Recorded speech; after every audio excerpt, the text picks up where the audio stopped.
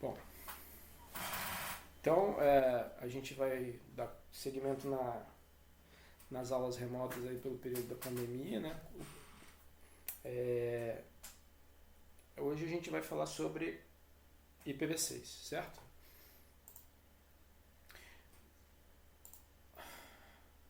Bom, o IPv6 a gente continua falando na camada 3 do modelo OSI, né? Assim como o IPv4, o IPv6 tem a mesma função. Acontece que ele tem algumas melhorias em relação ao V4, né? E hoje ele está sendo mais largamente implantado, assim, por exemplo, muitos usuários já domésticos já utilizam, né? E isso é uma tendência inevitável para a continuidade da internet. Vamos tentar entender um pouquinho por que a gente estuda ele e qual que é a importância dele no cenário industrial. Bom, por que a gente precisa aprender IPv6 na automação?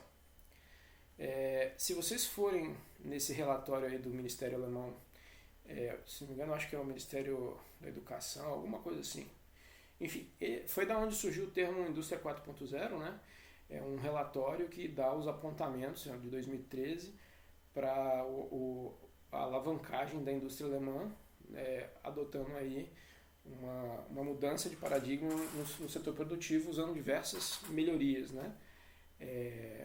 A parte de manufatura flexível com a robótica, mas principalmente a parte da customização de produtos, né? Você customizar produtos em larga escala, mas para você fazer uma automação flexível, uma automação customizável, né? Para você conseguir se diferenciar e agregar valor no produto, você precisa ter, por exemplo, cadeias de valores bem conectadas, ou seja, você não consegue ter uma indústria que produz tudo do seu produto, né? Sei lá, produz do parafuso até o carro, não é bem assim. Então, o sistema produtivo, ele basicamente é um cascateamento de empresas que se complementam na produção de um produto final. Então, cada vez mais passa a ser relevante que essas empresas tenham alguma integração vertical entre elas para agilizar a produção e viabilizar algum tipo de customização, algum tipo de agilidade de produção, né? Até a própria relação com o usuário, né? Às vezes o usuário precisa de um produto customizável e você precisa ter essa conectividade com o usuário. E isso não é mais um caminho, vamos dizer, manual, né? A internet passa a ter um papel central nessa nova indústria. Basicamente, é o ponto-chave dessa indústria moderna, é quando a indústria passa a adotar de tecnologias de internet para conseguir redução de custos, né, eficiência energética, enfim. Nesse cenário, tem explicitamente nesse relatório, né, eu tirei esse trecho aí, ó, ele sugere que o protocolo precisa estar habilitado para você poder ter conectividade de objetos, né? Então, quando a gente fala de sensores, a gente fala de atuadores, robôs manufatura de por exemplo, auto diagnóstico e automanutenção, a gente está falando de uma hiperconectividade no chão de fábrica, onde você precisa ter uma integração, que hoje em dia ela é complicada por diversas redes de chão de fábrica com pouca interoperabilidade, e elas precisam ter uma forma de acesso do ponto de vista do software de gestão para que ela possa se autodiagnosticar, se gerar a contabilidade dela, por exemplo, para você ter lá no seu plano de gerenciamento de manufatura, quantas falhas teve, qual é a próxima manutenção que tem que ser dada. Então você precisa verticalizar a conexão, né? E a gente viu que o IPv4 a gente tem uma limitação muito grande na parte de endereçamento. É claro que muito se resolve disso criando aquela cultura dos gateways, das redes privadas acessíveis externamente, mas isso às vezes pode ser um limitador, né? Porque você meio que cria um intermediário ali, um tradutor, né? Um NAT ali no meio do caminho, que pode inibir algum tipo de aplicação. Então a adoção de IPv6, ela expurga a necessidade de você precisar usar um NAT, por exemplo, usar tradução de endereços. Você pode criar toda a sua política de segurança usando IPs, por exemplo, acessíveis na internet, mas com filtragem, por exemplo, ou com limitação baseada em filtros ou outras camadas de segurança. Aí, com isso, você conseguiria colocar endereço, conectividade em todos os dispositivos, porque o plano de endereçamento do IPv6 é muito maior, como a gente vai ver. Então, o principal ponto está embasado aí, né? O próprio relatório, que dá nome à indústria 4.0 alemã, ele sugere a adoção do IPv6 no setor produtivo. Né? Como daquilo que eu falei, né? A indústria virando plataforma, a gente tem esses níveis e os requisitos por níveis. Né? Então, a nível de aplicação, você precisa de acesso a mercado e consumidor. Então, por exemplo, ao mesmo tempo que você precisa pesquisar o menor preço de fornecedores e ter uma boa relação de integração com fornecedores para poder manter a sua produção, você tem que produzir de maneira alinhada com a demanda do mercado. Não adianta, por exemplo, uma siderúrgica produzir lá aço se o mercado não está demandando. Agora, como que é essa demanda? É pedidos por telefone? Não, é pedidos disparados automaticamente? A cotação disso, como é que funciona? E a integração com os fornecedores, como é que você tem essa relação? Isso tende a tudo ficar no plano do software, da integração de sistemas, né? das empresas trabalhando como plataforma. A nível de serviço de rede, né? A gente cai para um nível de internet, onde a pilha TCP/IP passa a ter o padrão central ali na integração vertical. A pilha TCP/IP é o exemplo de maior sucesso que a gente tem em interoperabilidade na história humana, né? Tanto é que ela hoje é a responsável pelo desenvolvimento da internet, todas as aplicações que estão sobre a internet, aí, desde Spotify, Facebook, iFood, aquele do carro lá, o Uber, né? E todos os concorrentes e afins da área. Então, as soluções elas ficam nesse nível. Então, ali fica a base de conhecimento da empresa. Depois você tem uma camada intermediária, né, de plataformas e até conexão com as coisas do chão de fábrica ali, né? E essas coisas no chão da fábrica, né, os sensores, os atuadores, os carros inteligentes, a automação flexível, tudo isso vai estar bem a ideia está bem conectada e essa figura vem desse relatório, né? A conectividade no chão de fábrica espera-se ser totalmente IPv6. Beleza? Bom, então, da onde vem o IPv6? Bom, se a gente falou de IPv4 e a gente fala de IPv6, deve ter tido IPv5, né? Pois é, aí tem uma referência para quem tiver o slide aí a gente pode acessar. O IPv5 até existiu, mas ele durou uma vida aí em termos de projeto, né? Ele não entrou em produção, vamos dizer assim. O protocolo que convergiu para a produção, ou seja, que foi implementado nos roteadores vendidos aí no mercado, foi a versão V6. O IPv6 ele tem bastante tempo, né? Eu lembro, acho que na década de 90 ele já estava funcional, mas se a gente for parar para ver mesmo quando que a gente começou a receber IPv6 de fato em casa aqui no Brasil, não faz 5 anos, sabe? Para o usuário doméstico. Isso tem uma razão importante. O fim dos IPs, dos blocos, né, públicos disponíveis para os provedores. Esses endereços chegaram ao limite. E daí veio a importância do IPv6. Por quê? Se a gente não adotar o IPv6, a gente não tem como dar endereçamento para os novos usuários que estão aparecendo na internet. Pessoas estão nascendo, né? Hoje as crianças estão usando aí celular, smartphone. Cada vez mais você demanda essa conectividade dentro da sua casa. Às vezes você tem mais de um dispositivo que fala na internet. E a solução baseada em NAT, ela sofre na sua escalabilidade, porque você precisa ter um elemento tradutor. Então, manter a rede IPv4 tornaria a internet mais cara, porque os provedores precisariam de roteadores NAT, de gateways NAT com larga capacidade de memória para poder tratar todos esses IPs privados de muitos usuários. Isso, além de quebrar o paradigma fim a fim, né, e dificultar que as aplicações... A gente viu no NAT, né, quando você está dentro de uma rede NAT, você não consegue externalizar serviços, né, você só consegue inicializar, só pode ser acessado como cliente. Então, assim, para você fazer o uso efetivo da internet no paradigma fim a fim, já fica bem complexo, né? Além disso, é muito mais caro você manter tabelas NAT do que você implementar o roteamento V6, que ele já é suportado nos sistemas operacionais há muito tempo, né? Só que cada fabricante vai cada vez atualizando aí o seu suporte para ele ficar mais compatível, né, a especificação da RFC. Um exemplo disso, por exemplo, no próprio PEC 3 que a gente usa na versão 7.2, eu acho que ele tinha uma limitação lá de roteamento, o SPF com IPv6 não funcionava. Eu acho que só agora, por exemplo, está corrigido. Então, essa evolução ela está bem efervescente, né? Mas agora não tem como falar que o IPv6 é um protocolo novo. Novo ele não é.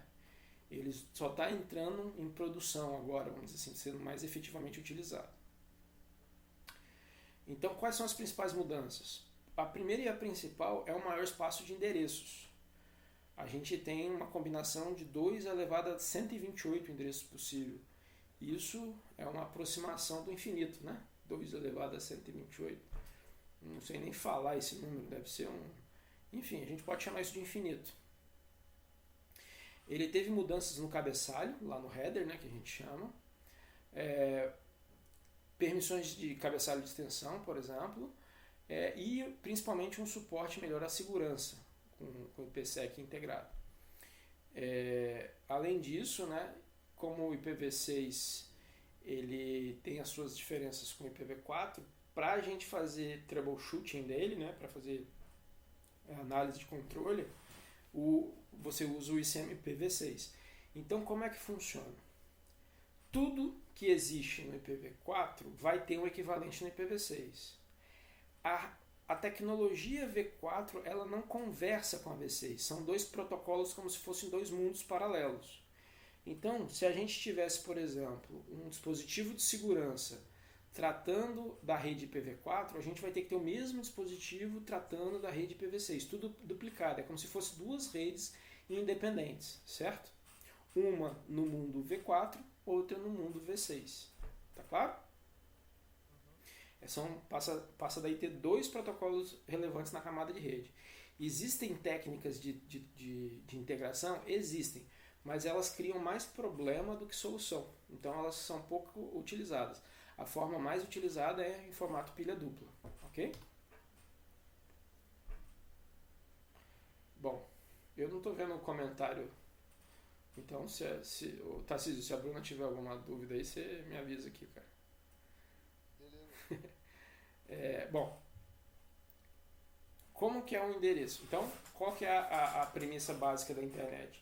Na internet, você tem uma rede que compartilha infraestrutura, né? É uma rede baseada em pacote, onde você divide os pacotes, a tua informação em pequenos pacotes e joga nessa rede, e os elementos que compõem essa rede, os roteadores, eles fazem o serviço de rotear o teu pacote até o destino, né? Se tudo der certo, você reza um Pai Nosso, se tudo der certo ele chega. O IP ele não garante entrega, né? Mas basicamente como é que ele acha as coisas na rede? Por um número que no IPv4 era de 32 bits e aqui no IPv6 ele é de 128 bits. Então, basicamente ele forma esse column hexadecimal aí, essa tripa, vamos dizer assim, né? São 128 bits separados de 16 em 16, né? Então, ao invés de você separar lá no IPv4, eram 32 bits separados de 8 em 8, por um ponto. Esse era o padrão. Então, você tinha lá no IPv4, você tinha o primeiro byte, o segundo byte, o terceiro byte e o quarto byte. E esses bytes eram separados por um ponto. Então, o número ele poderia ser representado em binário ou, normalmente, em decimal. Então, no IPv4 a gente ia de 0.0.0.0 até 255, 255, 255, 255. Agora no IPv6 a gente separa esses 16 bits com 2 pontos, certo? No frigir dos ovos, esses 2 pontos eles não viram nenhuma notação no endereço binário. Eles só são uma representação para facilitar a nossa leitura do ponto de vista de leitura de humano, né?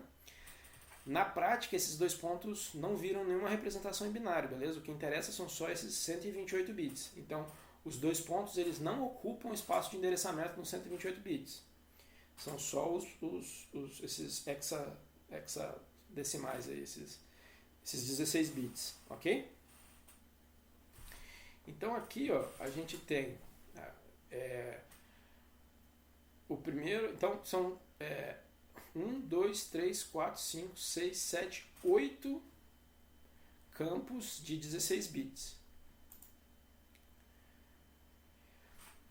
A notação para a gente poder tratar isso, ela é cabível de abreviação, porque dá um número bem feio, né? Um número grande.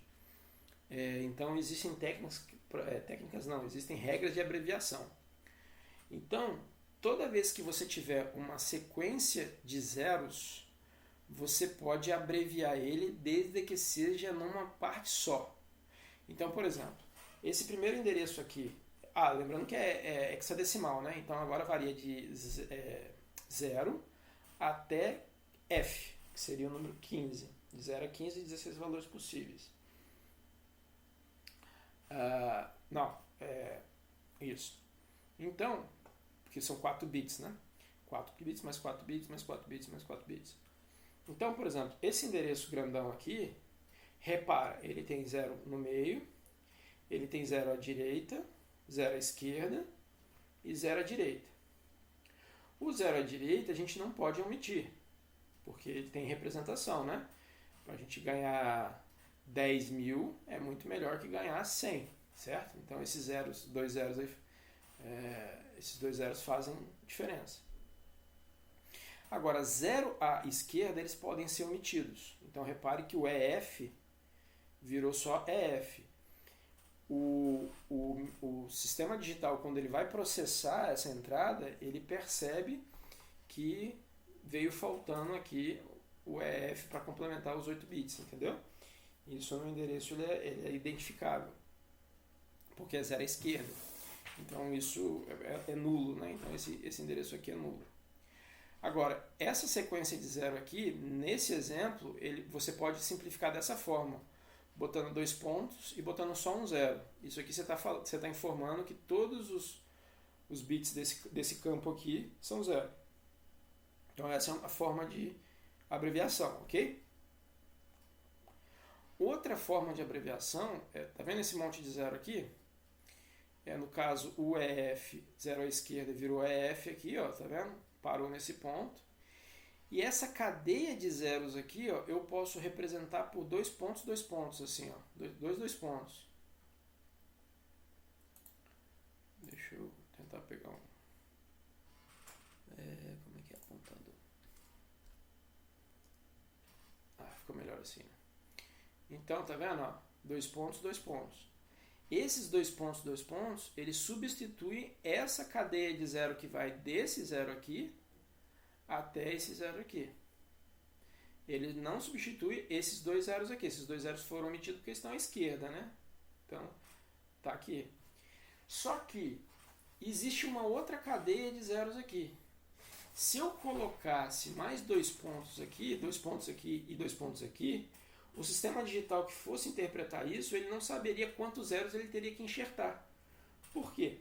Se eu sei que aqui eu tenho os 16 bits, aqui são 16 zeros, né? Os pontos vão marcando isso, né?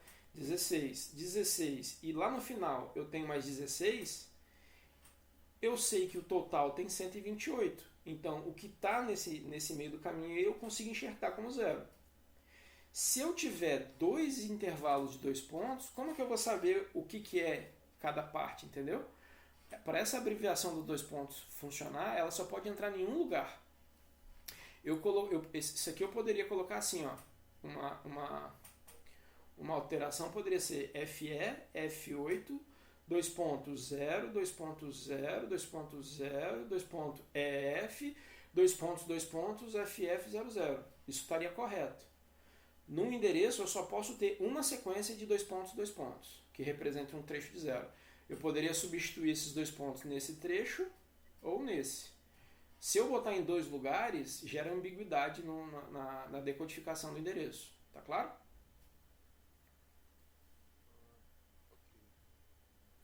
Eu não senti muita firmeza nesse ok não. Ficou claro mesmo? Eu não entendi eu entendi que dá para fazer essa abreviação, mas não entendi o motivo de eu não poder fazer duas vezes. Porque é o seguinte, quando você põe 2 pontos, você não está informando a quantidade de zeros que você está substituindo. E repare que você substitui não 16 zeros. Aqui eu estou substituindo, no caso, três campos. Sim, entendi. Então, vamos supor que este EF esteja aqui do lado e esse 00 aqui seria 4. Eu poderia botar 2 pontos mesmo assim. Por quê? Ele vai analisar os campos que estão à direita dos 2 pontos. Então ele conta aqui, ó, tem 1, 2, 3, 4 para o lado de cá. Tem um do lado esquerdo. Logo, no meio só pode ser 3 campos, porque o total ele sabe que tem que dar 128. Entendeu? Ok. E se eu fizesse duas vezes, ele não conseguiria identificar. Identificar onde que ele enxerta, porque ele meio que enxerta zero pelo complemento, entendeu? Ele sabe que o começo está ali, ele sabe a parte do começo, a parte da esquerda, a parte da direita. Onde está aquele negócio, ele sabe que ele enche de zero até completar 128. Uhum. Entendeu? Então, se você tem dois, ele vai gerar ambiguidade, né? Porque, Entendi. Só para ver se ficou bem claro. Nesse exemplo aí de cima, ó o exemplo ele em, está. ó o exemplo em vermelho ali. O exemplo em vermelho está mostrando o jeito que não pode. Isso aí não pode acontecer. Ele não saberia aonde tem aonde tem Três campos. três campos de zero e outro que aonde tem três campos de dois zeros. Exatamente. É as duas formas. Exatamente. Ok. Beleza? Então, assim, aqui está uma representação alternativa, né? Botando 0, 0, 0 à direita e os 2 pontos à esquerda. Isso aqui também é válido. Mas isso aqui não é válido. Beleza? Bom, e essa anotação também é possível, botando o endereço tipo IPv4 no final. Isso é comumente usado nas técnicas de transição. Isso funciona também, beleza? Mas é como se você apendasse ali 32 bits no final. Entendeu? Então, basicamente, eu estou pegando os últimos 32 bits, ou seja, esses últimos dois campos aqui, e estou colocando os bits no padrão IPv4. Isso aqui também é suportado, beleza? Mas isso normalmente a gente só vê quando a gente tem algum tipo de transição ou associação de endereços ali na tradução de endereços, né? Isso não é comum na prática. Até aqui tranquilo? Tranquilo. Bom, o IPv6 e o IPv4, eles foram projetados para serem utilizados numa escala, né? O IPv4 não foi projetado para ser, mas passou a ser, né? Utilizado em escala global, e ele é hierárquico, lembra? Ele não é flat como o endereço do Ethernet. O endereço IPv4 ele varia conforme a organização que você está, por exemplo. Se você está usando o teu celular na operadora X, você vai pegar um IPv6. Um IPv6 correspondente àquela operadora. Então, por exemplo, a operadora X de telefonia, ela tem um endereço, um grupo de endereços IPv6, o IFES tem outro grupo de endereços, sei lá, outra empresa vai ter um outro grupo de endereços, e se você transitar de um lugar para o outro, você muda de endereço conforme o local que você esteja. Isso a gente diz que o IP ele é hierárquico, né? Ele varia dependendo do local que você está. E como que a gente configura o IPv4? Ele não tem aquela... Desculpa, o IPv6. Ele não tem aquela notação classical, né, do IPv4, que é uma notação antiga, e ele já nasceu totalmente na notação classless, no roteamento CIDR, né? Que é aquela ideia de você ter basicamente, você pega o conjunto de bits, que é o todo, divide em duas grandes partes, o prefixo e o sufixo, né? Então, aqui, a gente está separando o quê? Os 60... O que isso aqui está falando? Isso aqui a gente continua chamando de máscara de rede, só que agora ele está falando o quê? Os 60 primeiros bits correspondem à identificação do prefixo, e o prefixo corresponde ao endereço da rede, ok? Então, se a gente pegar aqui 16, quanto que dá aqui, cara? Deixa eu pegar uma calculadora aqui. Quantos... 60 dividido por 16 dá... 48 vai ser o quarto aí, né? Então, 60 dividido por 16. A partir do quarto, então, ó, considerando, lembra, quantos hexadecimais aqui a gente tem entre os dois pontos? A gente tem basicamente 128 dividido por 16. A gente tem 8 columnzinhos de 16 bits, né? 8, 8, 8, 8. 8 de 16. Aqui, se aqui a gente tem 3, quer dizer que para cá sobra 5. Se a gente tem 1 na ponta, quer dizer que esses dois aqui representam 4 intervalos com tudo zero. Então esse endereço poderia ser escrito FDEC 2.0, 2.0, 2.0, 2 pontos, BBF, entendeu? Beleza? E esse barra 60, ele vai dizer que o endereço dessa rede... droga, não dá pra... No Google aqui eu não consigo escrever sobre o slide, cara. Eu tenho que baixar esse negócio pro LibreOffice. Enfim, pelo menos eu não sei fazer isso, né? Deixa eu ver se... não, a anotação aqui é diferente. Opa, volta aqui. Eita, ele saiu do full screen, peraí. Eu não consigo, só dá pra usar a anotação mesmo. Tem perguntas e respostas aqui, deixa eu ver como é que funciona esse negócio. Não, também é fora do... Deixa pra lá. Enfim. Aqui, ó, o endereço dessa rede, então, seria os 3 primeiros 16 bits, né? Mais 4 bits do quarto column, certo? Então, o endereço da rede seria FDEC 2.0, 2.0, 2.0. Aí, nesse meio aí, a gente teria o limite aí do prefixo. O sufixo vai identificar os hosts, beleza? É igualzinho. Então, aquela técnica da árvore de sair dividindo em blocos funciona perfeitamente. Então, só para a gente ter uma ideia, né?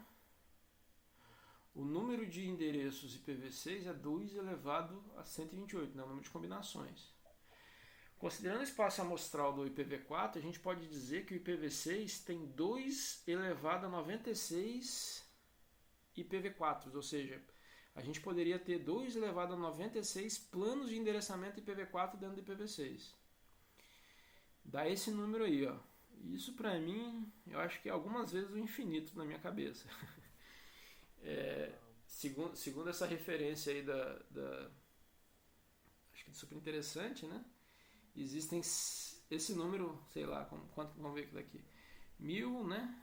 1000, milhão, bilhão, trilhão, quadrilhão, quinqualhão, sextalhão, sei lá como é que fala isso. Então tem mais endereço possível do que estrela no universo. Então eu acho que falta de endereçamento não vai ser um problema, né? Dá para ficar tranquilo.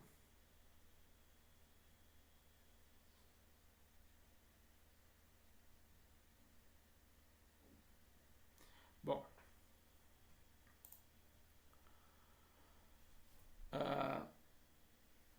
a gente vai fazer alguma prática de endereçamento, né? Aquela ideia do CIDR de você fazer subrede, tudo funciona.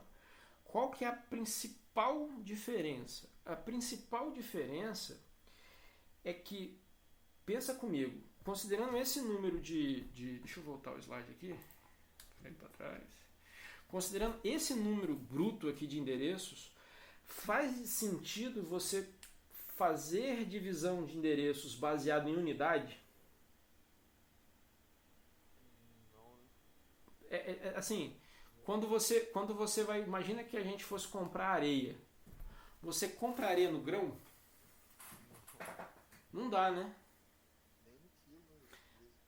No quilo até dá. No quilo até dá.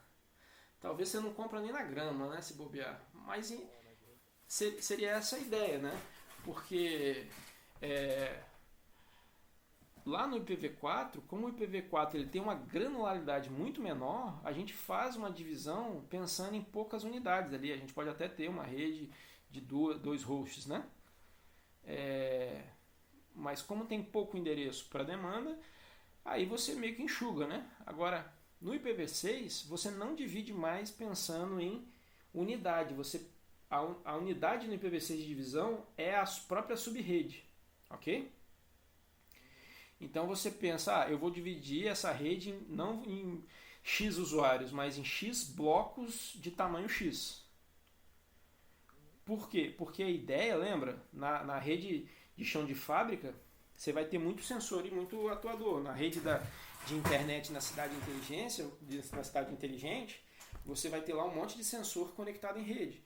Faz sentido você ter uma política de atribuição de 1 por 1? Você botar um coitado para ir lá configurando um dispositivo por um dispositivo? Não.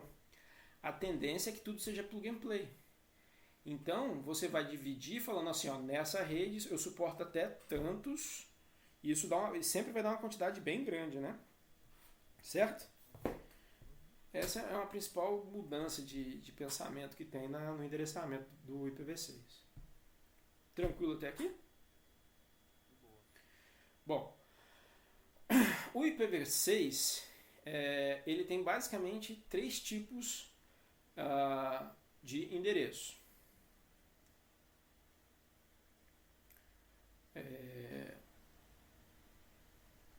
Ele tem o endereço unicast, o endereço ncast e o endereçamento multicast. O IPv6 não tem broadcast. O broadcast do IPv6 ele faz usando endereços multicast. Lembra? A gente até comentou isso quando a gente falou sobre broadcast, né? A difusão, o broadcast, ele é um tipo de multicast onde o endereçamento é para todos. O unicast é o endereçamento de 1 para 1. Então, no IPv6 eu tenho o endereço de um dispositivo. Eu mando para um dispositivo. Isso é o endereço unicast. O IPv6 também suporta o Ncast, que é o quê? É você ter um endereço copiado. Então eu tenho 2 dispositivos ou um grupo de dispositivos com o mesmo endereço que eu, e eu entrego para aquele que tiver mais alcançável a mim, mais próximo de mim, ou mais disponível, entendeu? Imagina que você tem um serviço que você quer dar alta disponibilidade para ele e eventualmente instalar ele geograficamente em vários locais. Então você põe várias máquinas com IPs iguais, quem tiver mais perto vai receber da máquina mais próxima. Deu para entender a ideia? Então, sei lá, você tem um servidor da Netflix. Aí a Netflix tem um servidor em São Paulo, tem um servidor em Tóquio e outro sei lá, em Nova York. Aí, esses três caras podem estar com o mesmo... e sei lá, e tem outro na Argentina, por exemplo, certo? São esses 4 servidores aí de conteúdo. Vamos dar um exemplo hipotético. Aí você foi para assistir o vídeo, como todos têm o mesmo endereço, a tendência é você pegar o conteúdo de São Paulo, certo? Que é o mais perto. Mas aí deu um problema em São Paulo caiu. Aonde você vai buscar? Na Argentina, e assim sucessivamente. É para isso que serve o Ncast, entende? Ele distribui o conteúdo com uma certa redundância e disponibiliza ele da maneira mais próxima. Por isso que é Ncache, né? Qualquer um de um conjunto. E normalmente a condição de corrida sempre ganha aí. Ok? Vamos.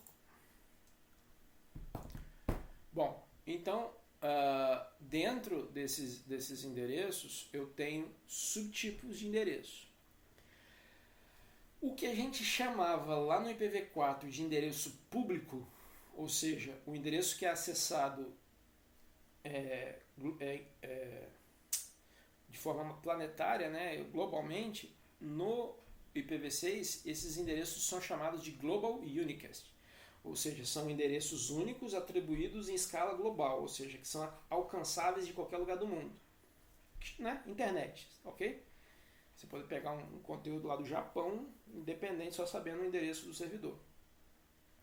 Os endereços de internet IPv6, ou os endereços Global Unicast, os endereços que dão esse acesso global, eles têm esse padrão aí, ó. Eles tiveram esse cuidado, repara. Todos esses endereços começam com 2, porque o prefixo está travado em 001 ali, ó. Sacou? Então, se você começando os primeiros 16 bits com 001, você forma o bloco 2000 aí, né, vamos dizer. E de todos o conjunto, eu travo, eu peguei, imagina de todo o espaço de amostragem, né, eu só peguei o /3, então assim, eu tenho todas as outras variações, eu tenho, deu para entender essa parte? Tá vendo? Você tem o endereço 0000/8, esse é um grupo, ou seja, é a variação 00/8, travando aqui. Só que o endereço 00/1, travando, ele trava aqui, certo? Nesse 2 aqui, concorda? Sim. Então, todos os endereços globais começam com 2.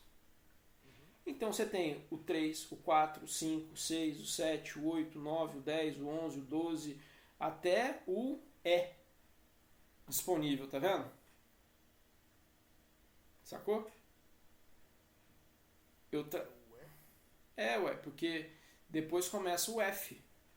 Ah, tá. Ué. Porque o /3 ele tá travando esse bit aqui, concorda? Esses 3 caras.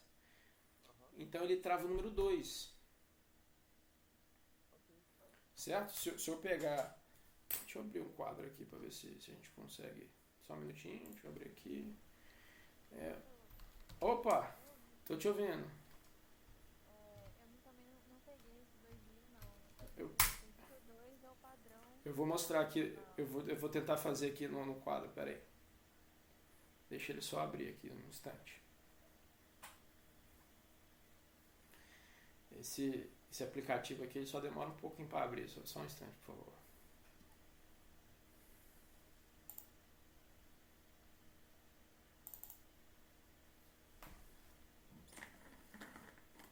Eita.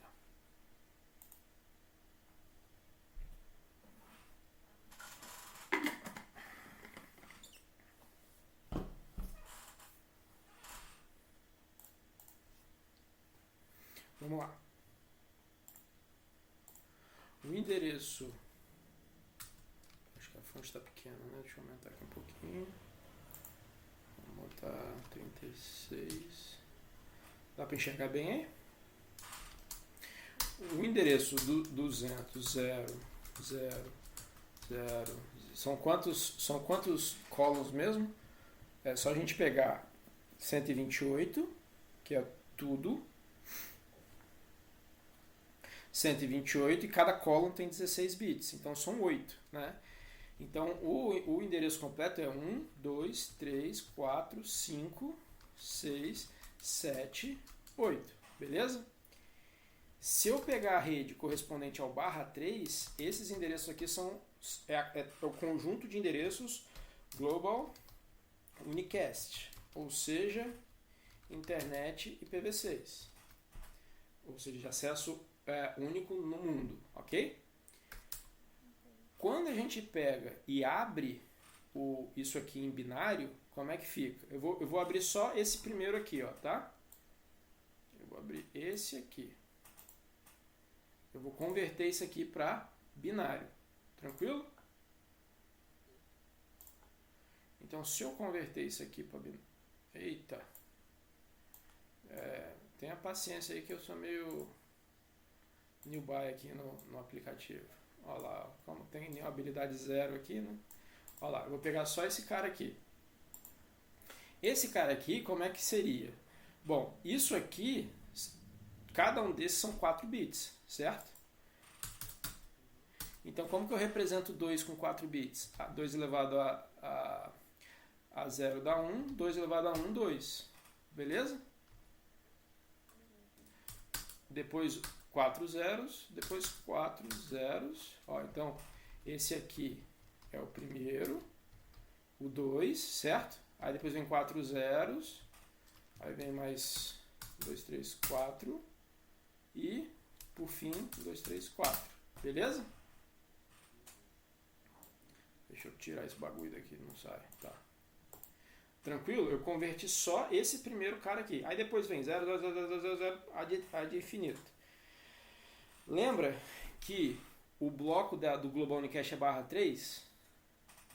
Então, se ele é barra 3, significa o que o barra 3, Tarcísio? Que eu tô travando, deixa eu ver se eu consigo pegar uma linha. Eu travo esses 3 primeiros. Caramba, eu não consigo fazer uma linha reta nesse trem, não é possível. Deixa eu ver aqui. Vou testar aqui agora, vamos ver o shift. Vai, meu filho. Vai. Ó, pera aí, consegui o Ctrl. Então, esses 3 primeiros bits aqui, ó, estão travados. Certo? Então não é só 2, foi mal, eu falei até errado. Então, qual é a possibilidade que eu tenho? Agora vamos reescrever. Esse endereço aqui. Não, peraí. Vamos para cá. Quando. Lembra que esses 3 bits aqui, ó. Deixa eu ver. Beleza. Lembra que esses 3 bits aqui estão travados. Então, o primeiro endereço que eu tenho aqui possível é esse aqui, 2 e tudo 0, certo? Esse é o primeiro. E qual que é o último endereço possível? O último endereço possível vai ser quando esse cara aqui for 1 e todos os outros forem 1. Quando esse cara aqui for 1, que número que vira aqui? Aqui vai virar 3, concorda? O último endereço vai ser tudo aqui, F, tudo 1, né? F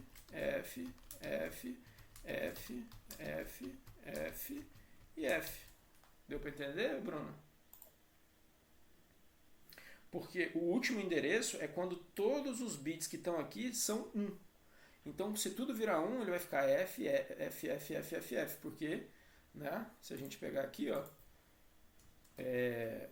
1 é equivalente a 15, né? Que a gente chama de index de F. Beleza? Então, uma sequência de 4 1s, a gente troca por 1F em hexa. Em decimal é 15, mas aqui é a representação. Então, o primeiro endereço vai ser quando tudo for 1. Desculpa, quando tudo for 0. Então, é o prefixo travado, tudo 0. Agora, quando o prefixo não está travado, ó, esse cara aqui ele varia, e daí vai para o 3. Então, o primeiro endereço da internet PV6 seria o 2000.000.000. E o último seria 3FFFFF. Qual que seria o próximo? O 4, o 5, o 6, o 7, o 8, o 9, o 10, nesse campo aqui, certo? Eles não estão dentro da faixa Global Unicast, concorda?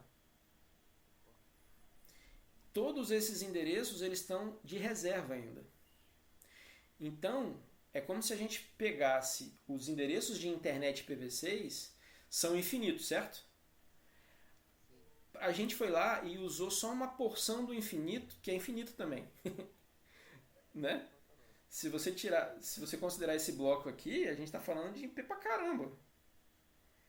É isso o espaço de endereçamento global na internet V6. Isso já é pra caramba. Mas vamos supor que houve um erro que a gente não previu, que lá no futuro a gente vai descobrir. A gente tem todos os outros blocos, né? O 4, o 5, o 6, o que começa com 4, com 5, com 6, com 7, com 8, com 9, com 10, com A, B, C, D e o E para usar. Então, assim, o espaço de endereçamento não é mais problema. Entendeu?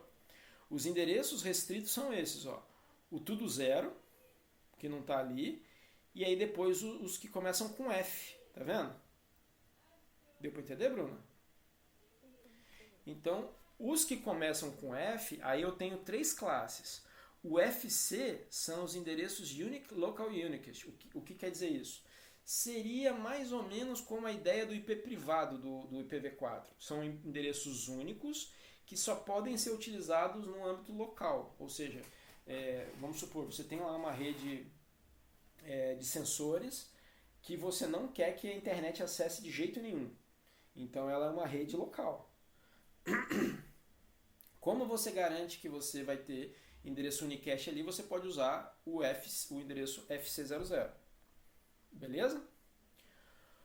Os endereços que começam com FF são os endereços de multicast. Beleza? Para comunicação em grupo. Ou seja, são endereços que são atribuídos a mais de um alvo e quando você manda um pacote para aquele destino, a rede replica para todos aqueles alvos. E o FE80 é o mais comum que vocês vão ver no dia a dia, que é o seguinte, é o endereço de link local. Qual que é a diferença do link local para o unique local? O link local é uma associação com a rede LAN de camada 2 local.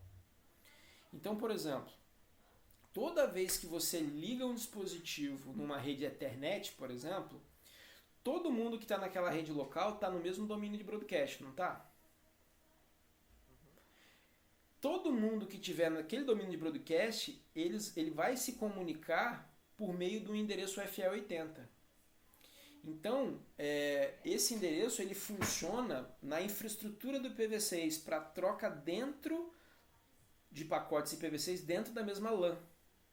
Então, quando você ativa uma interface IPv6, por padrão ela já sobe essa interface aí. E essa interface é o endereço que ela usa para se comunicar em âmbito local, dentro da rede privativa do mesmo domínio de broadcast. Se você tem que sair de um broadcast para outro, ou seja, mudar de rede, aí você vai ter que usar um outro bloco, entendeu? Então, o FE80 ele funciona dentro de um domínio de broadcast. Por isso que ele é chamado de link local. O unique local, você pode até rotear ele dentro da tua empresa, passar por múltiplos domínios de broadcast, entendeu? Mas ele é privado, ele não pode ser roteado na internet. Roteado na internet só o Global Unicast, ok? Ou eventualmente o multicast, né, se for o caso. Tá claro? Beleza, Bruno?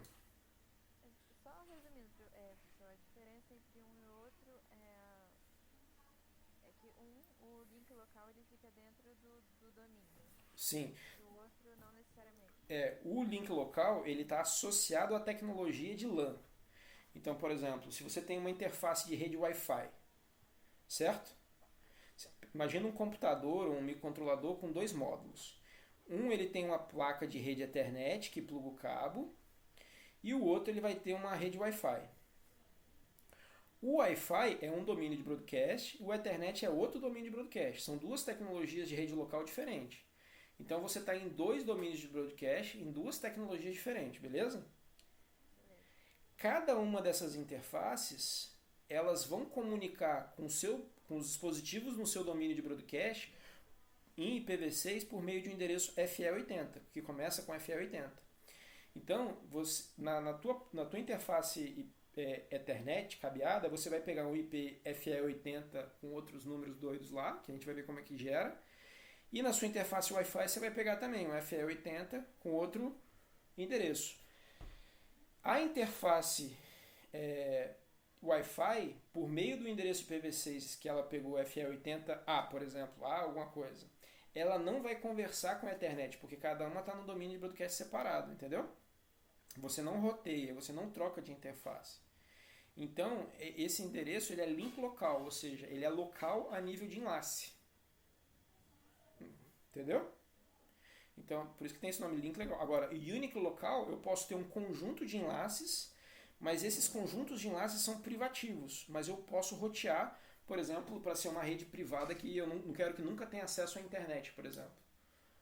Mas que fale IPv6, porque eu tenho nessa rede, imagina que você tem uma rede lá, que o teu CLP tem uma perna nela, e aí ele pega esse IP unique local aí, ó. ele pega o IPFC. Só que num outro interface dele, né? Eu estou desenhando num papel igual um Zé Ruela aqui, eu poderia estar desenhando. O caguete não é impressionante. Calma aí que eu vou desenhar, eu vou explicar aqui desenhando. Foi mal. Aqui, ó. Deixa eu voltar aqui. Deixa eu ver como é que eu consigo. Aqui, ó. Ó, que legal isso.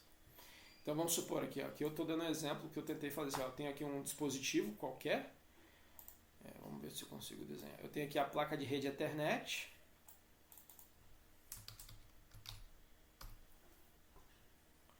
E eu tenho a placa de rede Wi-Fi. Beleza? Deixa eu ver se eu consigo colorir esse bagulho aqui. Vamos lá, olha lá. Não consigo não. Deixa eu ver agora. Ó, não, também não vai não. Enfim. Deu para entender, né? Isso aqui pode estar conectado com outro dispositivo. Ó, meu filho. O problema é que o tiozão aqui é meio ruim de... Oh, meu Deus, como é que eu seleciono aqui? Shift, com Shift. Beleza, aprendi. Shift, seleciono, Ctrl C, Ctrl V. Aí eu tenho outro dispositivo aqui, né? Que ele só tem Wi-Fi. Então aqui, ó, eu tenho um domínio de broadcast, certo? Aí esse cara aqui, por exemplo, tem outro. Aqui eu tenho outro domínio de broadcast. Uma rede cabeada aqui, beleza?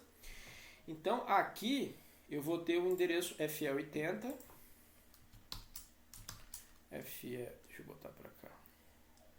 Nessa interface aqui, a habilidade aqui é quase nula, peraí. Aqui, eu comprei uma mesa digitalizadora.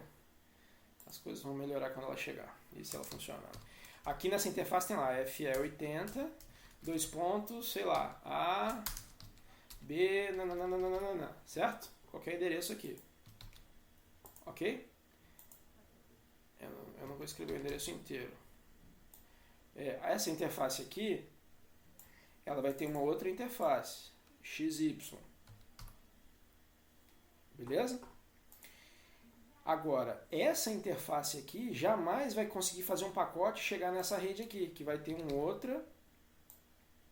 Essa interface aqui vai ter um outro endereço de link local, WZ, e esse aqui vai ter outro.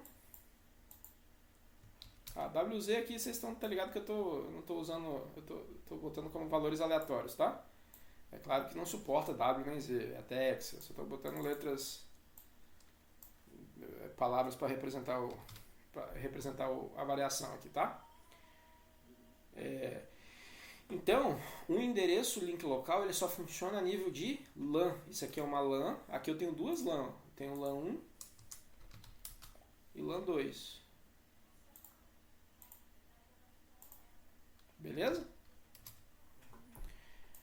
O Unique Local, eu poderia ter um endereço FC, né? Um endereço FC00, e eu poderia colocar todas essas interfaces na mesma rede.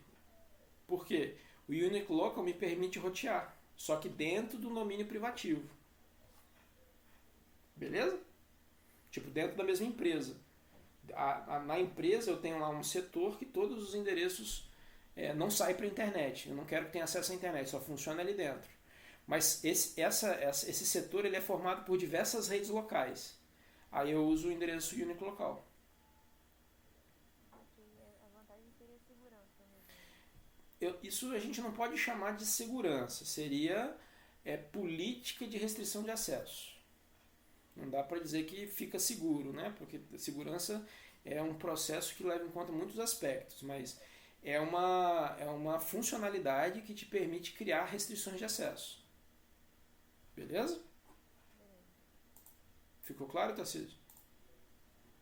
E aí o endereço Global Unicast ele vai para a internet como um todo, certo? Mundialmente. Tranquilo? exemplo, então. Bom, no modelo classless, né, é a mesma ideia. Eu vou pegar um prefixo que vai identificar a rede, que é... O que é a rede? É o conjunto dos dispositivos hierarquicamente ligados. Ligados a quê? A esse roteador, por exemplo. Esse roteador aqui, ele pode estar tendo um endereçamento do conjunto, do site, né, do local. Daí eu pego esse local inteiro, por exemplo, que é a minha empresa, e subdivido ela aqui em duas redes locais. Cada rede local dessa eu quero botar, por exemplo, acesso à internet. Beleza? Então eu vou colocar um endereço Global Unicast. Aí eu pego e subdivido parte dos bits que ficaram aqui no sufixo para a identificação da subnet. Isso que é subnetar a rede, né? Você pega, o prefixo identifica o conjunto todo. Aí o conjunto todo, por exemplo, os m mais q bits que sobram aqui, né? Aqui eu tenho n, então eu tenho 128 menos n aqui do lado de cá, certo?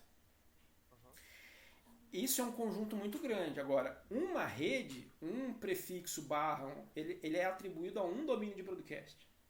Lembra? Cada rede lógica é um domínio. Faz sentido eu colocar um domínio gigantesco, tipo na escala de bilhões de endereços numa LAN só?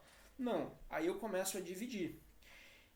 Esse identificador aqui, ele vai pegar endereços do meu sufixo e vai setorizar em LANs, então em subnets. Então, por exemplo, aqui, esse M corresponde aos M possíveis subnets.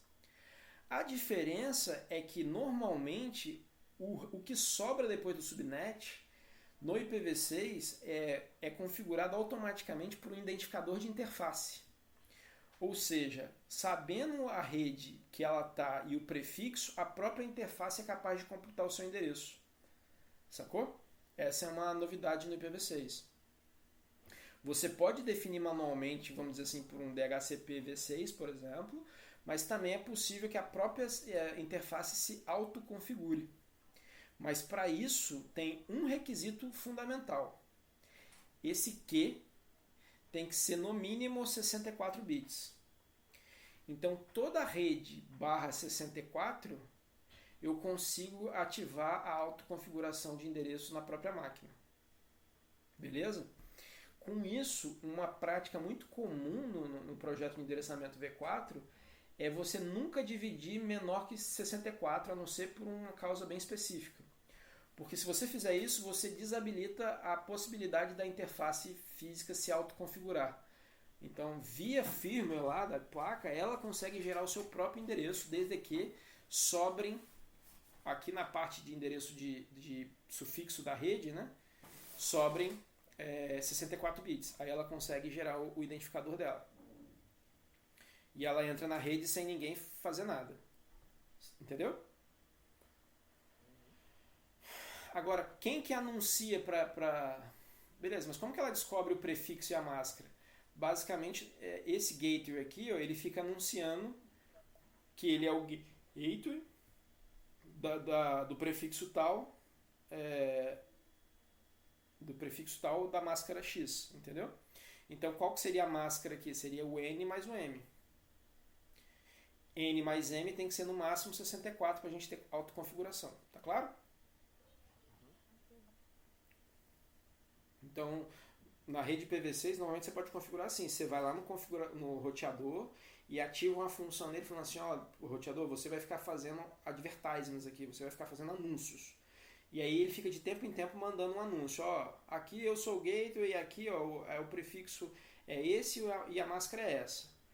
Todo mundo que espetar naquela rede vai receber essa informação e vai autoconfigurar o seu endereço. E a partir daí já vai ter conectividade IP.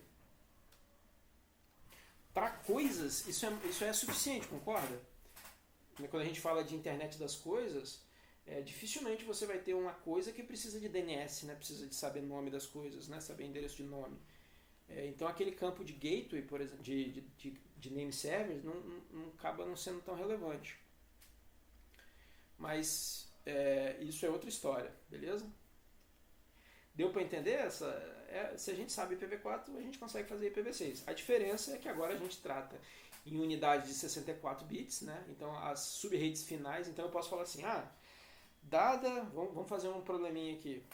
dado esse bloco aqui, ó. Deixa eu voltar lá para o quadro, calma aí.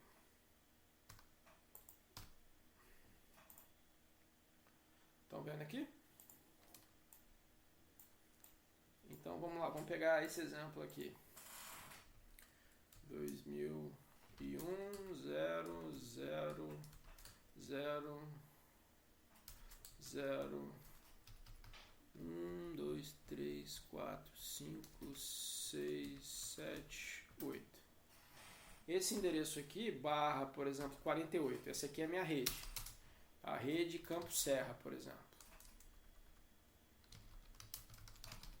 Beleza? Quantas subredes autoconfiguráveis eu consigo ter nessa rede? Eu quero subnetar essa rede e cada subnet dessa rede tem que ter a funcionalidade de me permitir ter endereços de sufixo 64.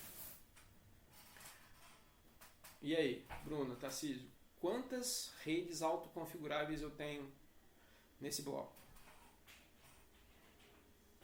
Que conta que eu faço?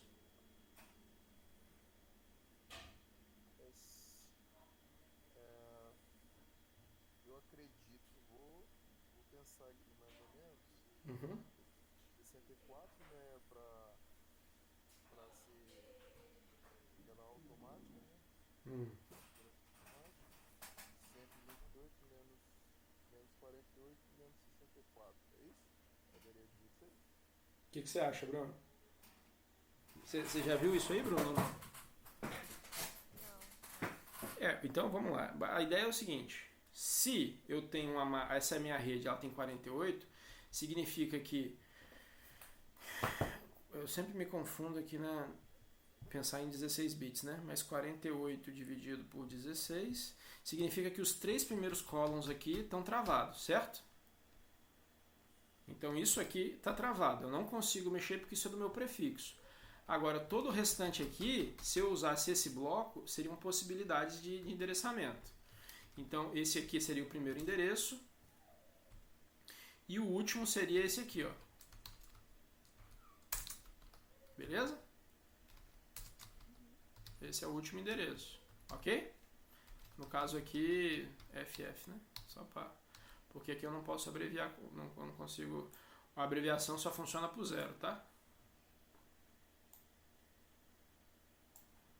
Então, o último endereço seria esse aqui. Beleza?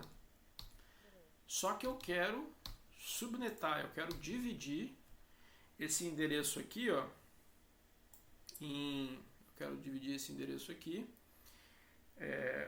em blocos de 64. Ou seja, 64 são 4 columns. Vamos chamar isso aqui de column. Então, isso aqui, ó, 1, 2, 3, 4. Isso aqui tem que estar travado, porque isso aqui eu vou ter que deixar disponível para autoconfiguração. Certo? Então, o que eu faço? Ó? Se eu tenho 48 e se eu tirar 64, então 64 menos 48 dá quanto? 16, né? Logo... Opa, 16. Logo, nessa rede eu posso ter, eu posso variar esse camaradinho aqui, certo? Concorda? Porque isso aqui é minha rede. Deixa eu tentar pintar aqui para ver se eu consigo. Isso aqui é o sufixo mínimo que eu quero, que é barra 64. Deixa eu pintar de amarelo. Isso aqui é o prefixo, que está travado da superrede, que eu vou pintar de verde. Logo, o que sobrou foi a diferença, 64 menos 68, 16. Então, eu tenho aqui, ó, 2 elevado a 16 redes. Isso dá tipo... Vamos ver quanto que dá isso aqui. 2 elevado... Deixa eu puxar uma calculadora. Eu tenho uma calculadora que eu podia estar fazendo aqui. Não. Ó, 2 elevado a 16... Eu teria, na rede do campus, eu poderia ter até 65 mil LANs. sei se o plural de LAN é assim, né? LANs, não sei. LANs do tipo /64. Então é como se eu pudesse ter 65 mil laboratórios, por exemplo, autoconfiguráveis. Beleza? Então é só você fazer a diferença para 64. Deixa eu voltar aqui. Bom, apresentar. Vamos lá, voltando. Eita, a internet sempre dando aquela alegria. Bom, e então, deixa eu ver se então beleza. Então, para ter autoconfiguração, eu preciso deixar aqui 64 bits, que é o padrão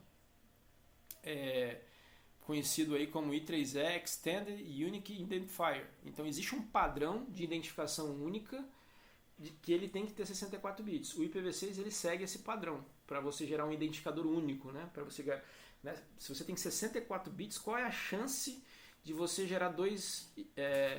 Você escolhe aleatoriamente no universo de um número que tem 2 elevado a 64 possibilidades, você vai escolher o número igual. A chance é quase nula, né?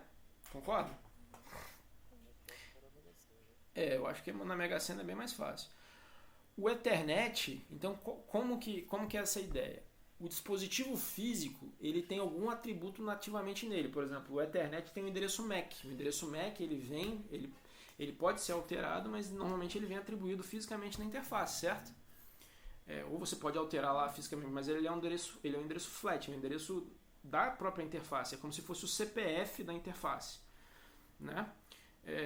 Só que ele só tem 48 bits. Então, para você gerar o endereço IPv6 numa rede Ethernet, você tem que fazer uma alteração. Você tem que pegar os 48 bits e enxertar eles para eles virarem 64 bits. Porque lembra que o identificador ele tem que ser 64. E uma diferença única entre o padrão EI64 e o identificador IPv6 é que ele mudou esse bit aqui para 1. Ó. Isso o protocolo definiu essa alteração. Então, deixa eu ver se eu tenho um exemplo aqui. Como é que a gente faz? Como que a interface se autoconfigura? Primeiro ela converte o padrão EUI64 para o identifier, trocando esse bit aqui para 1. Lá no primeiro endereço, ele inverte esse bit aqui. Os 3 primeiros, ele enxerta 48, o MAC, certo? O MAC entra aqui, beleza? Oi. Eu acho que eu perdi o negócio aí. O que a gente está fazendo aqui? Vamos lá. Vamos voltar. Lembra que se eu tiver 64 bits aqui, a interface pode gerar o próprio endereço? Então a gente está discutindo como é o processo dessa geração desse endereço. Então eu preciso estender o MAC, por exemplo, na rede Ethernet, para ele virar um endereço identificador de interface, que tem 64 bits. Beleza? Qual que é a característica em relação aí eu falei, existe um padrão de identificação único que é o EUI64, né? Extended Unique Identifier, esse é um padrão definido. A única diferença entre os dois é que o identificador IPv6 ele tem esse 1 aqui no primeiro byte. No primeiro byte ele é 1 sempre. Beleza? Então, quando você vai gerar, por exemplo, uma interface Ethernet vai gerar o seu endereço, o que ela faz? Ela pega o endereço MAC, os 48 bits do endereço MAC e põe nos 3 primeiros nos três primeiros bytes, vamos supor, do endereço final. Beleza? Aí ela vem e enxerta FE. Ela enxerta esse valor fixo. Certo? E inverte o primeiro bit da ponta. E o restante vai ser o vai ser uma geração aleatória, entendeu? Então aqui vai entrar um número aleatório, aqui vai entrar o MAC e aqui vai entrar o FE. E ele inverte esse primeiro... tá vendo aqui, ó?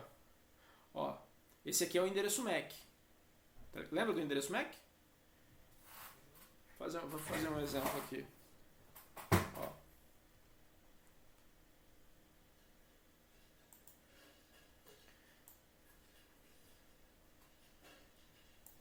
Vamos supor que eu tenho uma interface de rede.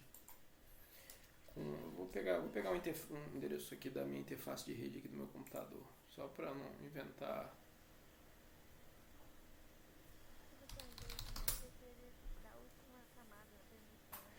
O endereço MAC é o endereço da camada Ethernet. Ele é conhecido como endereço da camada de enlace. Então veja bem, ó, essa aqui é a minha interface de rede sem fio. Ela tem esse IPv4 e ela está com FE80, tá vendo que a gente falou? Lembra?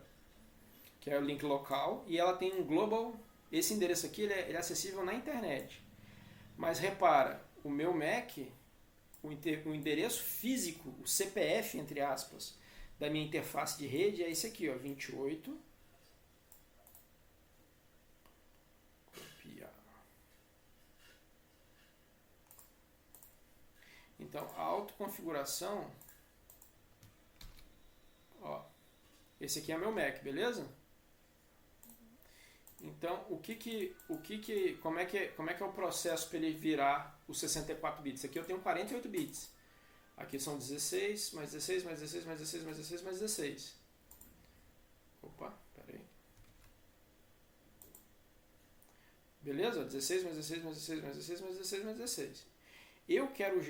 Eu preciso gerar um número com, na verdade, em vez de ser 48, precisa ter 4 espaços. 16, 16, 16 e 16. Beleza? Deixa eu ver se eu consigo copiar essa imagem e botar lá para ficar fácil para a gente entender. Espera um instante. Capturar.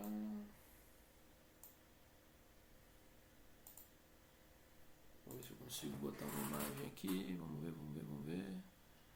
Como é que eu faço? Pô, será que não tem como?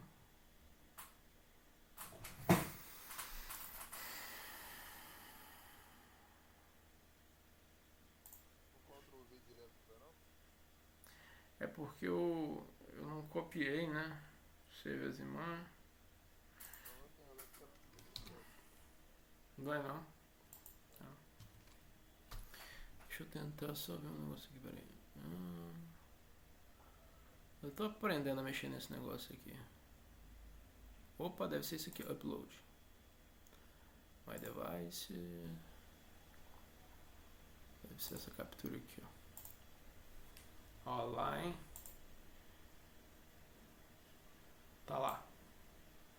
Beleza? Pô, isso aqui é muito melhor que um quadro, com a lousa de sala de aula. Vou começar a adotar isso também. Só você não ser muito tapado, né? Então esse aqui é o nosso endereço MAC. Esse aqui é o nosso Ethernet MAC, beleza? Eu quero converter ele. Vamos habilidades. Aí, pronto. Eu quero converter ele. Deixa eu diminuir isso aqui. Não, contrário. Eu quero converter esse endereço aqui no quê? No interface identificator, beleza? Como é que é o processo?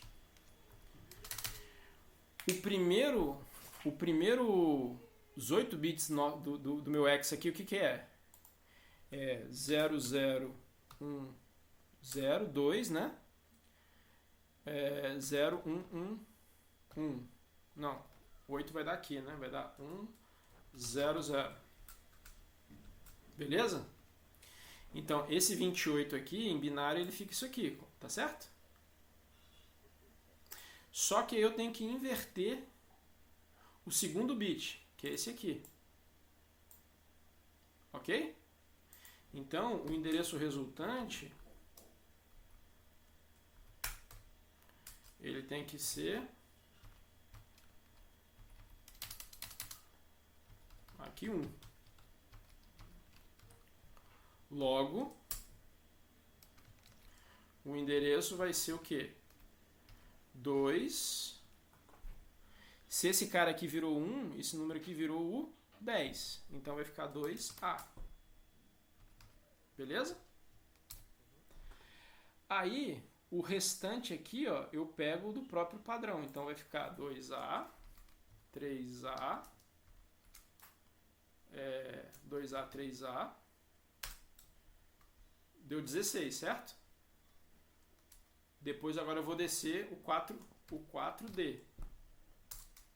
Eu vou deixar tudo em caixa alta aqui. Beleza? Vou botar alinhado aqui, ó. Vou deixar igual.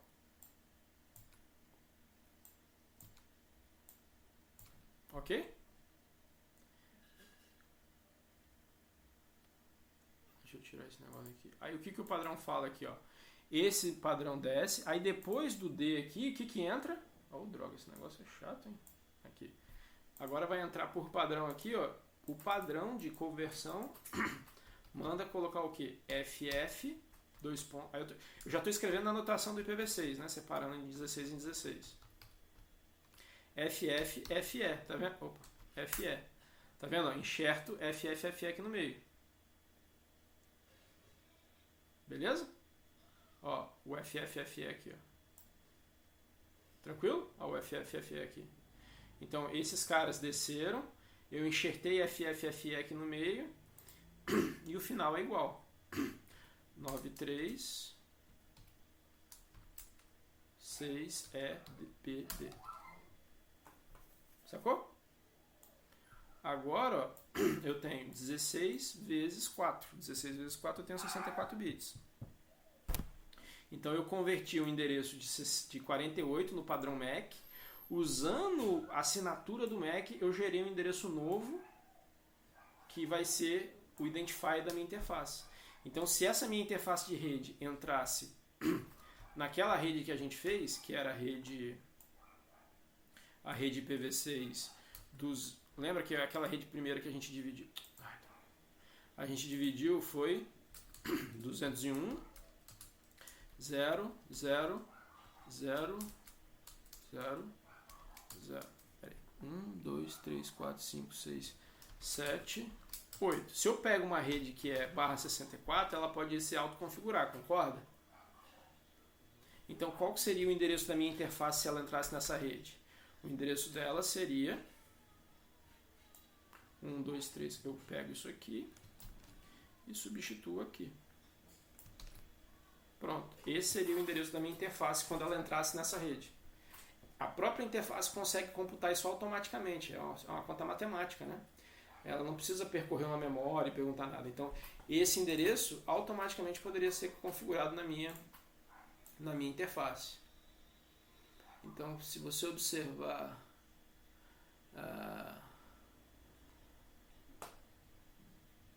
aqui, por exemplo, ele não tá seguindo, mas ele está usando outra anotação aqui para gerar isso. Ó. A gente não consegue ver o FFFE aqui no meio. Ó, não está sendo utilizado. Mas essa é uma das formas normais de você gerar o endereço automaticamente. Beleza?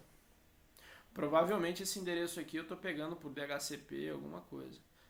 Tanto que a minha máscara está 128, tá vendo? A atribuição não está autoconfiguração, tá vendo? Eu tenho aqui a NET, então a NET ela não está entregando aqui um bloco para mim /128. Isso é ruim, né? Ela está entregando um IP para mim aqui, tá vendo? O prefixo aqui é 128, então ela está me dando um IP específico. Enfim, isso é a solução da rede da NET, mas para autoconfiguração seria isso aqui. Quer dizer que a NET não está me entregando um bloco. Ficou claro? Então vamos parar aqui. Na próxima aula a gente continua desse ponto. Tá bom? Show de bola. Bom, então a gente se encontra agora. Deixa eu só parar aqui a gravação. Ficou alguma dúvida? Não, tranquilo. Tranquilo? Eu só tenho dúvida quanto à matéria mesmo, como é que ela tá acontecendo. Tá.